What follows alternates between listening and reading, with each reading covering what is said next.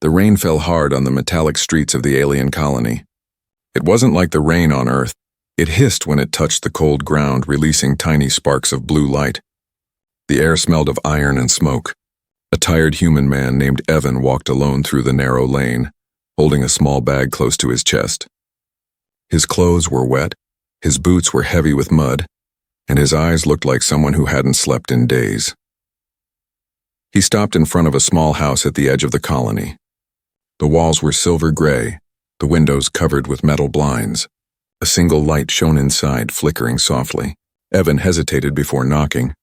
He had gone to a dozen doors that day, all of them shut in his face.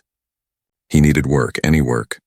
His daughter was hungry, waiting back in the shelter where he had left her. He raised his hand and knocked 3 times. The sound echoed in the cold air. For a long moment, nothing happened.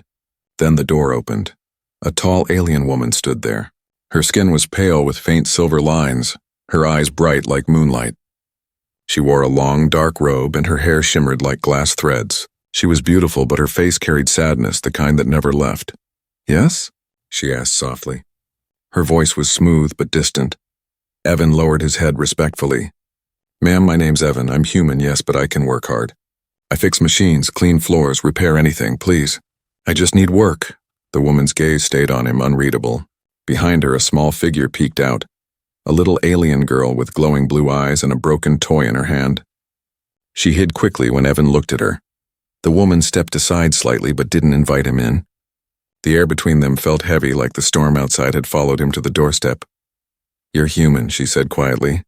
"Yes, ma'am. I know humans aren't trusted here, but She raised a hand. "It's not that. It's just unusual." Evan said nothing more. He stood there, letting the rain run down his face. His fingers trembled as he held his bag tighter. Finally, she spoke again, her eyes lowering to the wet floor. "You came asking for work." "Yes," he said quickly. "Any work you can give me." "I don't need much pay, just enough to feed my little girl." The woman went silent. Her eyes moved past him, staring into the rain as if she was thinking about something far away. Then slowly she said something that froze Evan in place. "I don't need a worker." Evan blinked, unsure what he had heard. "Ma'am?" She looked back at him, her voice soft but filled with something deep. Loneliness. "I don't need a worker," she said again. "I need a father." Evan felt his heart stop. He didn't know what to say. The rain roared around them, filling the silence that followed. Her little girl peeked out again, her small hands clutching the broken toy tightly. Her eyes were wide and curious, looking at Evan like she already knew him. The woman sighed, her shoulders shaking slightly. "My husband was a soldier," she said quietly. "He fought alongside humans. He never came back." Evan swallowed hard. "I'm sorry," she nodded slowly. "He was a good man. But now my daughter grows up afraid of everything. Afraid of laughter, afraid of strangers, afraid of the world outside. I can give her food, a house, lessons. But I cannot give her a father." Her words felt heavy, pressing deep inside Evan's chest. He wanted to speak, but no words came. She finally turned and said, "You should go. This is not a place for you." Evan took a step back, unsure if he had made a mistake by coming here. The rain soaked him completely now, and the cold cut through his bones. He was about to turn away when he heard a small voice behind her. "Papa." The little alien girl had stepped forward, holding her broken toy out toward him. Her mother froze. Evan stared, not knowing what to do. The child blinked and whispered again, "Papa, fix it?" Evan slowly knelt, his hand shaking as he took the toy from her. It was a little music box, broken and silent. He turned a few screws with his fingers, adjusted a spring, and suddenly it began to hum softly. A tiny tune filled the air. The girl's face lit up with pure joy. The mother stood still, her eyes shining with unshed tears. Evan looked up at her and said quietly, "Maybe, just for tonight I can stay. I'll fix a few things. No payment needed." The alien widow nodded faintly. "Only tonight," she whispered.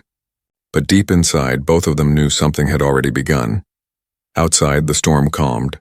Inside, for the first time in years, there was the sound of gentle music and a child's laughter. And in that lonely house at the edge of the colony, 2 broken worlds had just taken their first step toward becoming a family. Morning came slowly on the colony's edge. A soft orange light filtered through the thick gray clouds. turning the metal walls warm for the first time in months. Evan woke up on a small couch inside the alien widow's house. He didn't remember falling asleep, only fixing a few broken tools and the little girl's toy before his tired eyes had finally closed.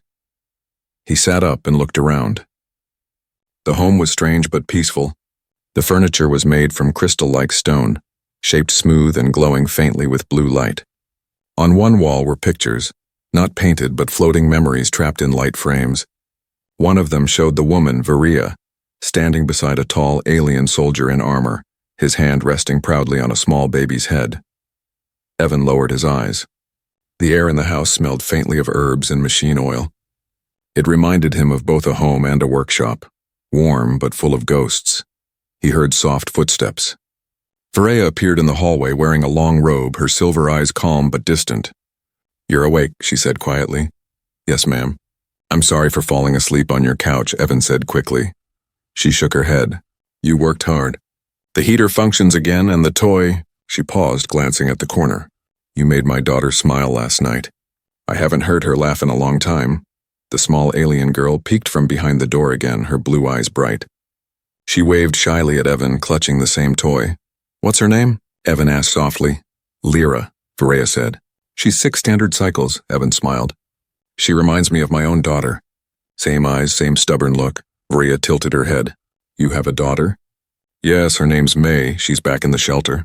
I couldn't feed her properly after I lost my job. That's why I came here asking for work." The silence between them grew gentle this time. Not heavy, just quiet understanding. Rhea walked to the counter and poured 2 cups of glowing tea. She handed one to him. "You should bring her here." Evan blinked in surprise. "What?" "Children should not be apart from their parents," Varia said softly. "I lost my husband because of the war. Lyra lost her father. If I can give one child a safe place, maybe it will heal 2 hearts instead of one." Evan didn't know how to answer. He felt his throat tighten. I don't want to be a burden. I'll earn my stay." Varia looked at him for a long moment, her silver eyes reflecting the light. "Maybe that is not what I need from you," she said quietly. "This home is full of machines, but none of them fill the silence." Evan turned his gaze toward the little girl who was now sitting on the floor, building a small tower from glowing stones. She hummed the same tune from her music box. He understood then what she meant. That afternoon, Evan helped repair a broken energy pump behind the house. It was old, clogged with dust and rust. As he worked, Lyra followed him, asking endless questions. "Why do humans have soft hair? Why do you fix things instead of fighting? Do you like rain?" Evan laughed softly. "I fix things because someone has to, and I like rain when it doesn't leak through the roof." She giggled and handed him tools. Varia watched from the door, her face unreadable. When the sun dipped below the hills, the pump began to hum again. The lights inside the home flickered to full strength and warm air filled the rooms. Varia came closer, her voice soft. "It's been silent for 2 years," she whispered. "My husband built that machine before he left for war." Evan looked at her, unsure what to say. "He must have been good with his hands." "He was," she said, eyes glistening. "He said machines are like hearts. They stop working when left alone too long." Evan nodded slowly. "Then maybe it's time to start them again." For the first time, she smiled faintly. It wasn't a wide smile, but it reached her eyes. That night, Lyra fell asleep beside the repaired heater, clutching her toy and murmuring the word, "Papa," in her dreams. Evan sat near the window looking at the twin moons rising. Varia joined him quietly, both of them staring into the silent night. Outside, the colony lights flickered in the distance. Inside, the broken home breathed again. Evan didn't know it yet, but this place and this house that smelled of rain, metal, and soft laughter was slowly becoming something he hadn't felt in years. A home. The next few days passed quietly inside the silver-gray house. Evan repaired small things, a light panel, a cracked pipe, an old cleaning drone. Each sound of his tools made the place feel a little more alive. The rain still came every night, but now the windows glowed warm from inside. Lyra followed him everywhere. She asked 100 questions, from how humans eat to why the stars blink. Sometimes she sat on his shoulder while he fixed something high on the wall. Her laughter was small, but it filled the home like sunlight through clouds. Varia often watched from the hallway, her hands busy with the house's energy readings. She said little, yet her eyes followed Evan more than she meant them to. He was a stranger, a worker at best. But every evening when he sat with Lyra to tell her stories about Earth's forests and oceans, Freya stood behind the door listening in silence. One morning, Evan was fixing the garden shield outside when Viraya approached. The air smelled of wet soil and metal. "You work without rest," she said quietly. He smiled a little. "Old habit. Back on Earth, we work till our hands hurt. It keeps the mind steady." "You don't have to fix everything," she said, folding her arms. "Some things are meant to stay broken." He wiped the grease from his fingers and looked at her. "Maybe. But if we stop trying to fix things, we start giving up on them." Her lips trembled slightly before she turned away. "You sound like him," she murmured. "Him?" "My husband," she said softly. He used to say the same words before leaving for war. Evan lowered his gaze. "I'm sorry." "Don't be," she replied, though her voice cracked. "You just reminded me that the sound of hope still exists." That evening, Viraya set the table for 3 instead of 2. It surprised Evan, but he didn't question it. They ate together quietly, alien bread glowing faintly, a bowl of human soup he had taught her to make. Lyra giggled as she dipped her bread, spilling crumbs everywhere. For a few short minutes, the house felt like a real family again, but peace never lasted long in the colony. The next morning, while Evan carried scrap metal to the local recycler, whispers followed him. Alien shopkeepers turned their backs. Workers muttered under their breath. Human filth, pretending to be a father. He ignored them, but when he returned, he found 2 officers standing outside Viraya's door, tall aliens with white armor and golden crests. "State your business," one of them said sharply. "I live here," Evan replied calmly. "Just helping fix things," the officer sneered. "We've received reports that you are living with Lady Viraya without approval. Human males are not permitted to reside in noble homes." Freya appeared behind him. Her silver eyes glowed faintly. "Enough," she said. "He's my guest," the officer frowned. "A guest does not stay for weeks." "Then he's my worker," she said coldly. "Your worker?" The officer's tone carried doubt. "Or something else?" Freya's jaw tightened. "Watch your words," Evan stepped forward. "I'll leave if this causes trouble," he said quietly. "I don't want to make your life harder." Lyra ran out then, clutching her toy, shouting, "No!" "Papa stays." The officers froze, confused. One raised a brow. "Papa?" Freya's voice trembled as she knelt beside her daughter. "Lyra, go inside." But the girl shook her head, tears welling up. "He fixes things." "He makes Mama smile." The silence that followed was painful. The officers exchanged a look and finally said, "Be careful, Lady Viraya."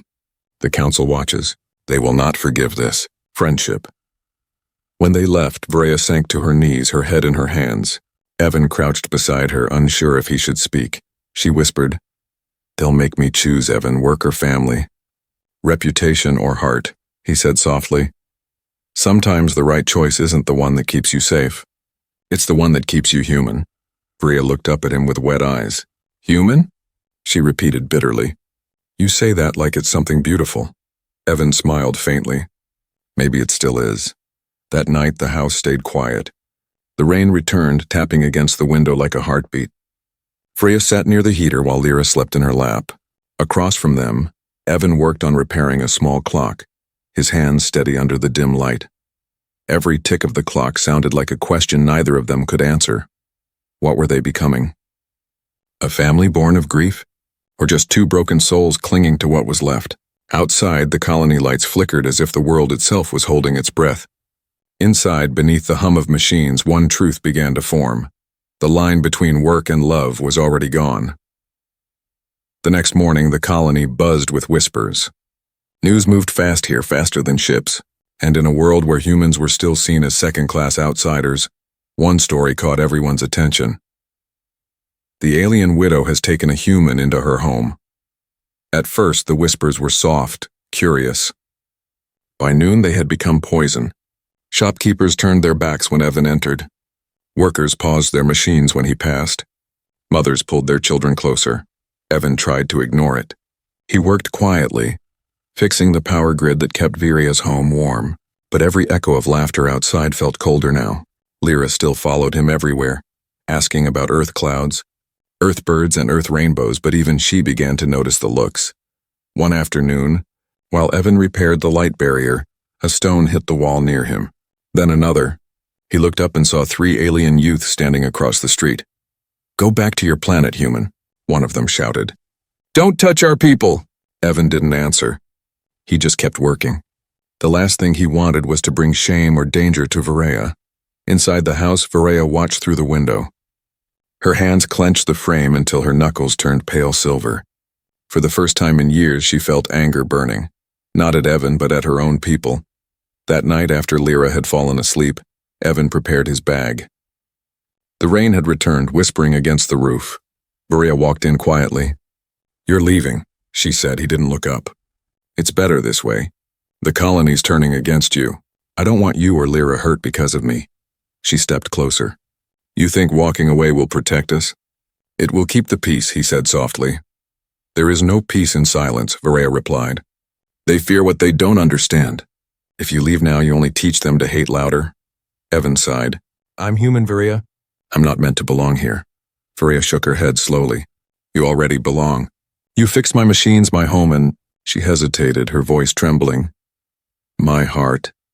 Evan turned toward her, rainwater dripping from his jacket. For the first time, her eyes didn't look distant. They looked alive. Before he could answer, a loud crash echoed outside. The window shattered, spraying shards across the floor.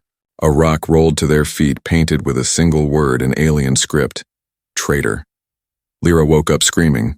Evan rushed to her room, pulling her into his arms while Varela stood frozen, tears forming in her silver eyes.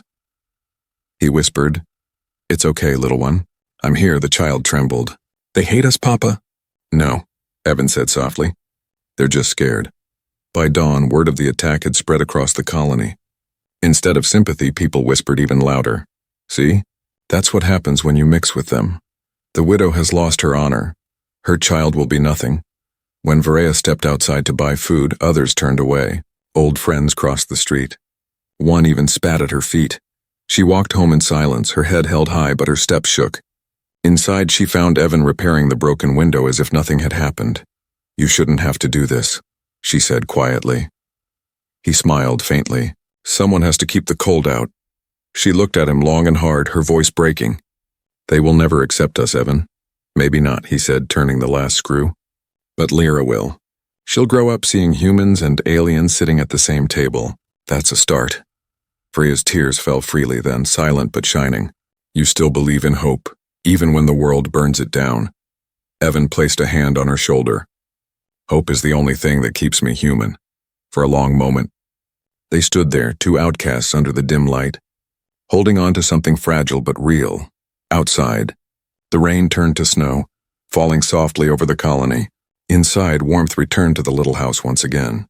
But in the shadows beyond the street, more eyes were watching and more voices were ready to speak. The rumor had become a spark, and in a colony built on fear, even a spark could start a fire. Night fell heavy over the colony, darker than usual. The sky had no stars, only thick clouds glowing faintly from the city lights far away.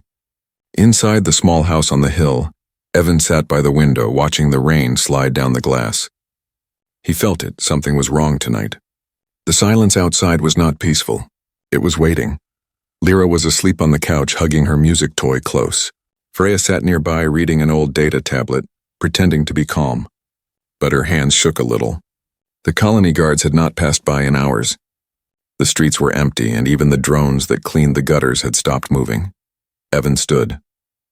"Lock the doors," he said softly. Freya looked up. "You think they'll come?" "I don't think," he said. "I know fear when I see it. I grew up around it." He checked the windows, reinforced the latches, and shut down the outer lights. Only the small heater glowed now, casting long orange shadows across the walls. Then came the first sound. Footsteps. Dozens of them. Slow, heavy, deliberate. Bria's eyes widened. No. Outside, figures appeared, men and women from the colony carrying torches and metal rods. Their faces were hidden under hoods. They surrounded the house like wolves. Evan's heart pounded. He turned to Varela. "Take Lyra to the back room. Don't come out until I say." "I'm not hiding," she said firmly. "You have to," he whispered. "She needs you more than she'll ever need me." Varela hesitated, then nodded and lifted her sleeping child in her arms, disappearing into the shadows of the hallway. The door rattled. Then a voice shouted, "Human, come out! Leave the widow and the child! This is not your place." Evan didn't answer. He picked up the old tool wrench he'd used to fix her machines. It wasn't much, but it was something. The first stone shattered a window. The second broke a lamp. Sparks flew, the room dimmed. Evan stood in front of the door, breathing slow and steady. "Please," he called out. "There's a child here." "Don't do this, then leave her," another voice replied. "Leave before we burn this place." A torch hit the door, flames licking the metal edges. Evan didn't think. He acted. He threw open the door, rain pouring in, and faced the crowd. His soaked shirt clung to his skin, his eyes hard and tired. "You want to fight?" he shouted. "Then fight me, but leave her alone." The mob hesitated. Some shouted, some stepped back. They weren't used to seeing a human stand tall, not afraid. But one man, a tall alien with a scarred face, stepped forward and swung his metal rod. Evan blocked it with his wrench. The impact rang like thunder. Rhea screamed from inside, "Evan!" Another blow came. Evan ducked, his body moving on instinct. He pushed the attacker away, but more hands reached for him. Someone hit his shoulder, another grabbed his arm. He fell to one knee. Then from inside the house, a small cry cut through the chaos. "Papa!" Lyra stood in the doorway, tears streaming down her glowing cheeks, clutching her broken toy. The mob froze. For a moment, the storm stopped breathing. One of the attackers raised his weapon toward her. Evan saw it, he didn't think. He ran forward, throwing himself between the attacker and the child. A flash of light, a searing pain, then silence. Rhea rushed forward, catching Evan as he fell. Blood spilled over her hands, glowing faintly red under the rain. "Why?" she cried, her voice breaking. He smiled weakly, eyes half open. "Because she called me Papa." The mob backed away slowly. None of them spoke. Shame filled the air like smoke. Fury's silver eyes burned bright as lightning. She stood, her voice shaking with fury.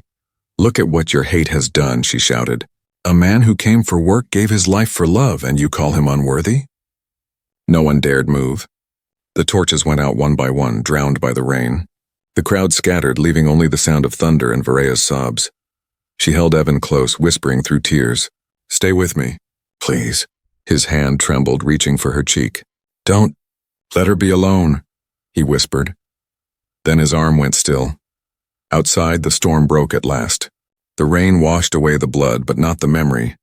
Inside that small house, under the glow of the dying heater, an alien widow and her child cried over the human who had protected them both. And in that moment, the colony that had judged them began to feel its first touch of guilt. The colony woke to silence the next morning. No one dared to step near the widow's home. Smoke still rose from the burnt fence, the air heavy with the smell of rain and guilt. Inside, Varea sat beside Evan's still body. His face looked peaceful, like he was only sleeping. Lyra knelt beside her mother, holding her father's hand tightly, whispering, "Wake up, Papa." The rain stopped, but he didn't wake. For hours, Varea didn't move. She had washed the blood from his hands and covered him with the same cloak he had repaired for her daughter. The house that once glowed with laughter now felt hollow, echoing with quiet sobs. When the sun rose through the mist, something in Varea's heart shifted. She had spent years hiding her pain, obeying the rules of her people, afraid of what others might say. But now she had seen what fear and hate truly did. They didn't just destroy homes, they destroyed good souls. She stood slowly and whispered, "No more hiding." She wrapped Evan's cloak tighter around her shoulders, kissed Lyra's forehead and told her, "Stay here, little light. Mama has to make them listen." Then she stepped out into the cold air, walking straight toward the great hall of the colony council. The council chamber was vast and gleaming, its floor made of black stone that reflected every step. Rows of alien elders watched her enter, tall figures in silver robes, their expressions cold and unmoving. One of them frowned. "Lady Varea, this assembly was not summoned for you." She walked forward without bowing. "Then you will listen anyway," gasps echoed around the hall. A widow speaking out of turn was unthinkable, but the fire in her eyes silenced them. The head elder leaned forward. "We know what happened at your home. The human brought violence into our colony." "Stop," she said sharply. "The violence came from you, from every whisper, every lie, every fearful word that turned neighbors into monsters." The elder's eyes narrowed. "You insult your own kind to protect him?" "I honor the one who protected us," she said, her voice shaking with power. A human who came for work and found only hatred. Yet even as your people attacked him, he shielded a child that wasn't his. Tell me, elders, how many of you would do the same? The chamber fell silent. Bria stepped closer, her voice rising. You speak of purity and pride, but where was your pride when your people threw stones at a mother and her child? When a man bled for us while you hid behind your titles? A few council members looked away. Others clenched their fists. She continued, her voice trembling but fierce. My husband died in your wars. He believed in peace between humans and our kind. You used his death for speeches but forgot his message. Last night, a human reminded me what it meant. She reached into her cloak and pulled out Evan's broken wrench, the same one he had used to defend them. She held it high for all to see. This is not a weapon. It is a tool. He came to fix things, and in the end he fixed what your pride could not. Our hearts. The head elder looked down, unable to meet her eyes. Bria's voice softened now, full of pain. He died calling himself human, but everything he did was more noble than any council decree. If this colony has any honor left, it will remember his name. One of the younger counselors rose slowly. What do you ask of us? Bria's answer came without hesitation. I ask that no human be turned away again, that the one who gave his life for peace be recognized, not as a stranger but as one of us. The chamber stayed silent for a long, heavy moment. Then one by one the elders stood. The head elder finally spoke. It shall be written, Evan of Earth, protector of Varea and Lyra, shall be remembered as a friend of the colony. A small light broke through the high ceiling's glass dome, spilling golden rays across the hall. For the first time in years, the council bowed their heads, not in command but in respect. When Varea returned home, Lyra ran into her arms. Mama, did they listen? Freya smiled through her tears. Yes, my love. They listened. She looked toward the quiet corner where Evan had once sat fixing things. And one day, she whispered, they'll learn what it means to be human.